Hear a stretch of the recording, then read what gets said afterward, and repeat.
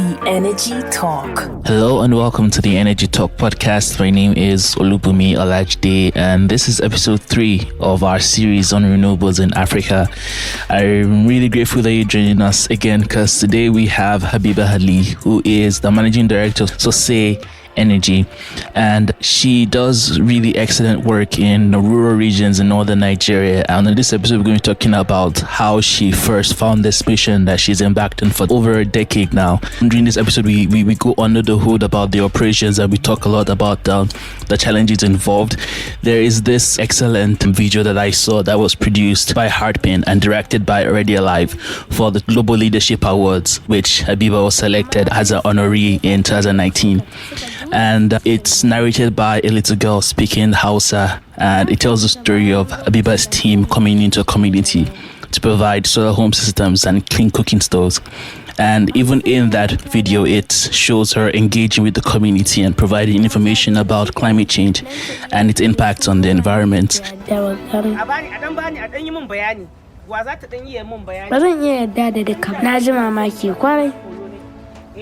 Uwata ta ce ita ma ta zama mai sihiri kuma za ta iya taimakawa wasu su zama kamar babban masaniya. It's such a fantastic video. It's going to be in the show notes of the episode, and I highly recommend you check it out. It's so excellent being able to speak with somebody like Habiba and talk about the fantastic work that she's doing. And now I get to share that story with you. So I hope you enjoy this episode. And of course, don't forget to share with a friend and a colleague. And yeah, let's learn about Habiba's background and the excellent work that her and her team are doing at Sose Energy.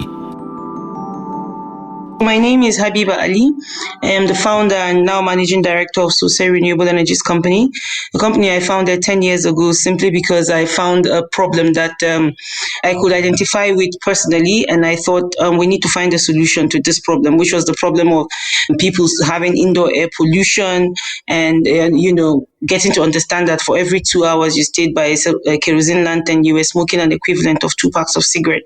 So that really scared me, and I thought, if my mom and I and my siblings had actually walked in my mother's roadside restaurant and we had smoked all of these cigarettes, then somebody had to do something about it. And that was the reason we ventured into Sose.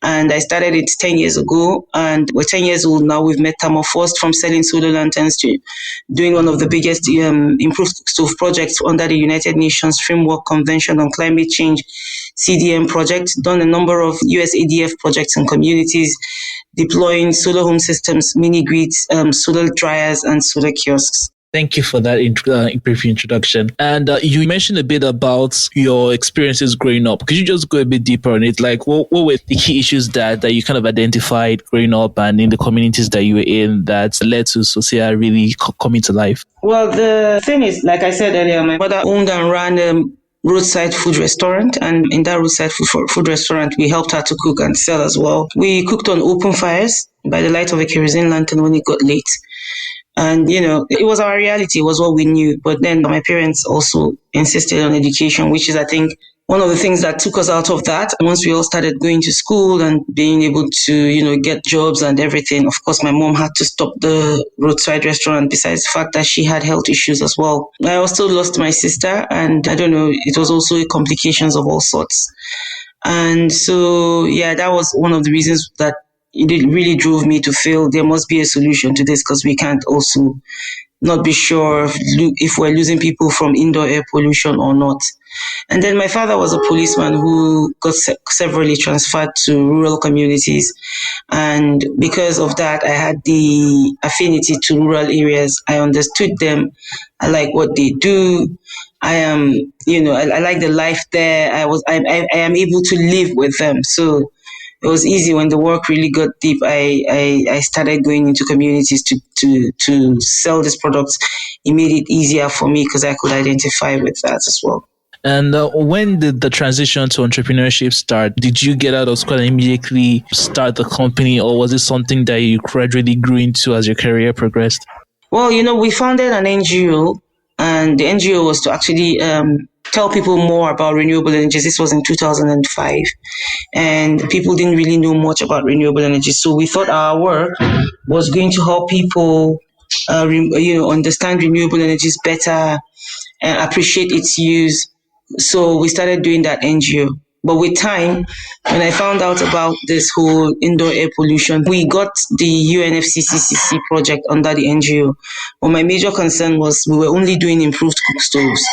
And as much as this was interesting, someone had to also take care of the lighting situation. So finding this out at that forum made me realize someone had to do something about getting appropriate lighting and reliable one there. So for me, I was looking at it as a business. I was looking at it more like there's a problem and I have a solution.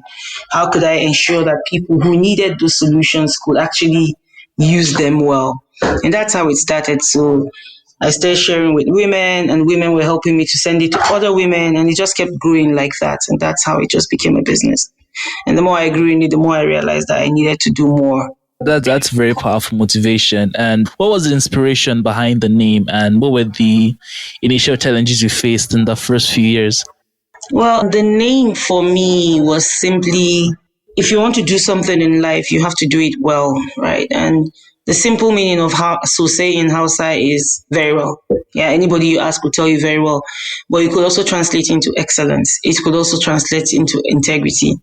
And I remember one of the guys that I started work with that was helping me to do the baseline studies, due diligence for the Improve Cook Stove project we later did at SOSE. Also helped me to get a project from the Arthur Guinness Fund, deploying water filters across communities. And he told me when the filters started having, a few of the first few filters started having issues, he said, no, we have to return the whole shipment because you want product one. I will never forget those words. You want product one to deliver and do as well as product 100,000. So you don't want to start spoiling your name now in these early stages because that's what's going to live with your name forever. And that really, really got to me. And when I think about it, and I don't know why, but I just thought, I'm very pro-African, and yeah.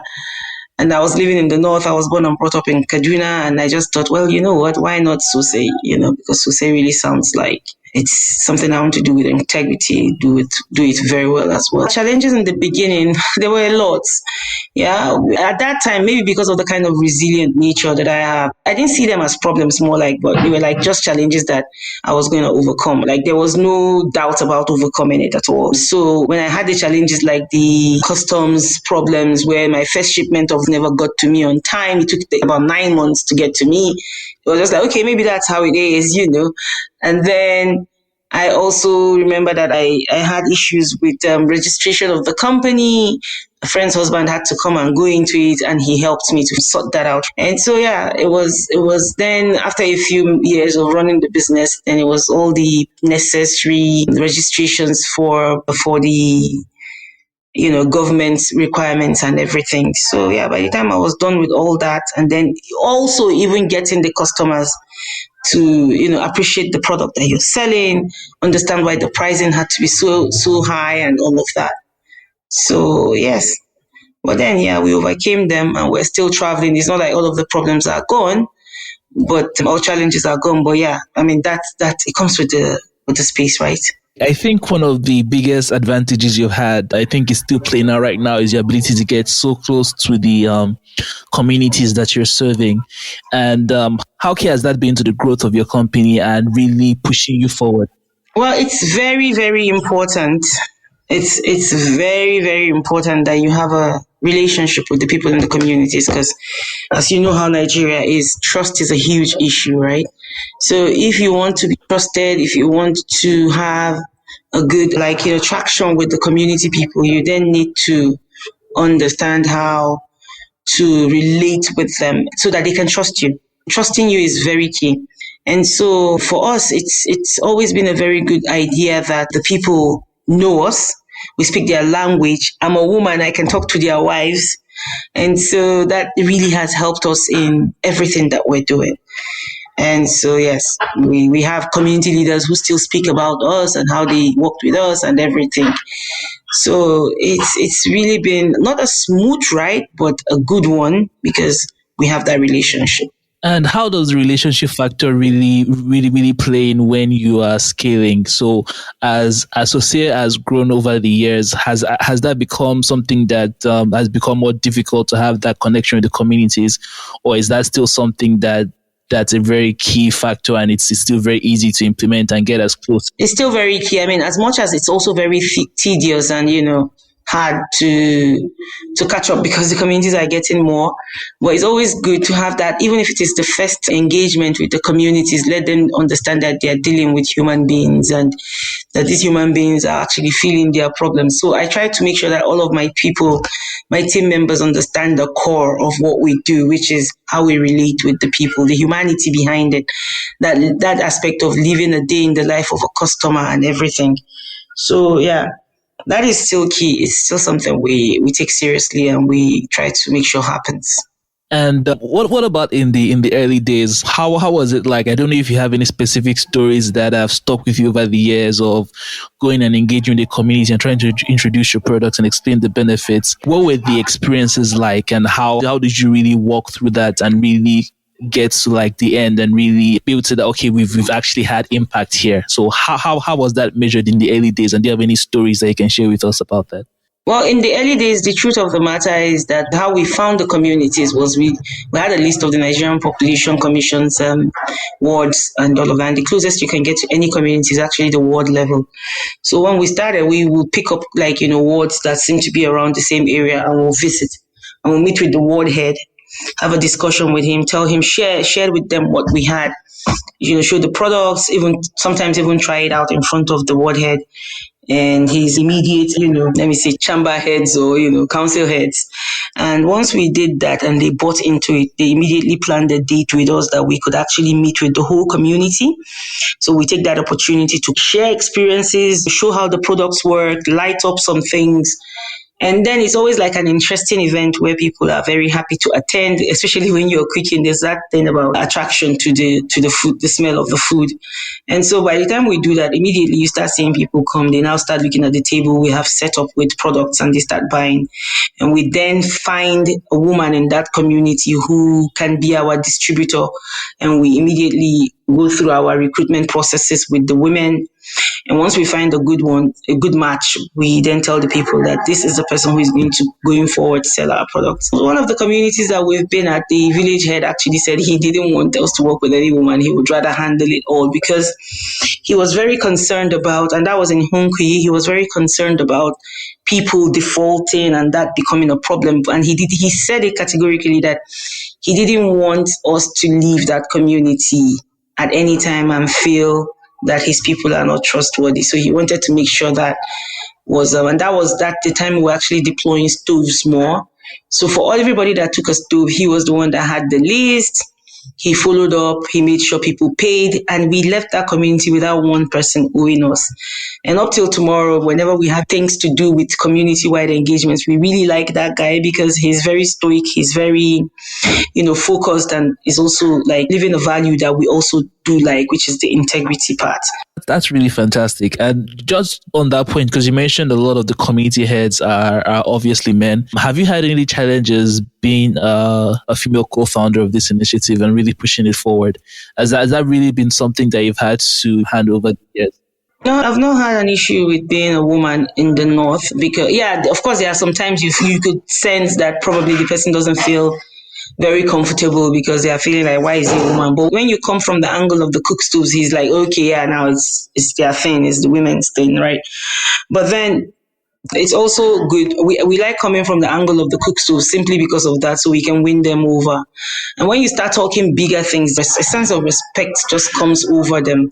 And they're like, wow, you're a woman and you're doing like mini grids, And sometimes some of them, of course, do feel intimidated, like, why would a woman be the one doing this? And, they want to look down on you and say all sorts. But then with time, they also like, well, if she has the opportunity and the drive to help us solve this problem, why not, So yeah, that's how it works. And something very interesting you mentioned as well was how when you go to communities, you try to find women to act as distributors and recruit them from the communities that you're serving. Has that been a very vital part of society from the very beginning, to look for opportunities to uplift women as well and to give them other opportunities to develop themselves and basically be able to be more economically stable in the communities they're in? Well, for us, women are especially in the north, are very hard to work with. I must tell you that. At the beginning, when you come there and you try to introduce what the program is about, why you want women to be part of it and everything, you see you have like 100 and something women all rushing, oh, want to be part of this, we don't want to be left out. But I think in the north, women have been so pampered that they do not understand that everything that you want needs some kind of responsibility also as well, So yeah, by the time they start seeing it's work, it's actually not a ride or a free ride or a free lunch. You need to work. And unfortunately, most NGOs and international organizations also do projects in the north that women have gotten things for free. So it's also a bit of a difficulty when they tend to see that, wow, they have to work to make the money. And then it becomes a lot of them pull out. But the serious ones stay back. So whenever we see 100 women, we're not scared anymore. Before we say, no, we want only 10. But now we let the 100 join, because in that 100, we might be able to find 5. So yeah, it's like I say, always about challenges. It's just challenges, right? It doesn't mean you can't go on. You keep at it until you win.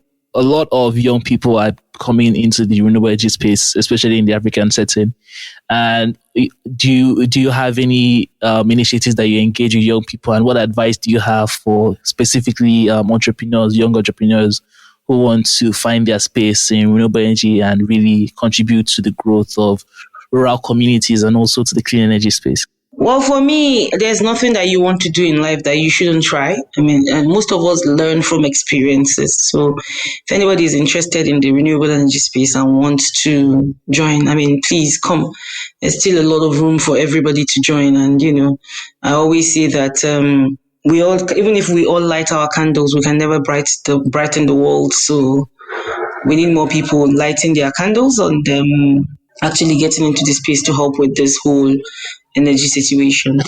What initiatives do we as SOSE have? We have initiatives, but mostly it's targeted at the people in the rural communities because that's where our strengths are. So we train artisans to be the ones who redistribute our products and do installations, and also can do first level troubleshooting for the systems when they start acting up in case they act up. But at least to install them, especially the home care, we need people closer to the people. So those ones we recruit artisans in the community who are mostly young boys, really. Of course, in the north, women are kind of sheltered, sort of, or believed to be sheltered. But so they don't take on jobs that mean, okay, maybe climbing a ladder, going on the roof or going up to hang lights and stuff like that. So of course, it's not like it's zero. You can find, but it's also very rare. So we recruit young men to do that.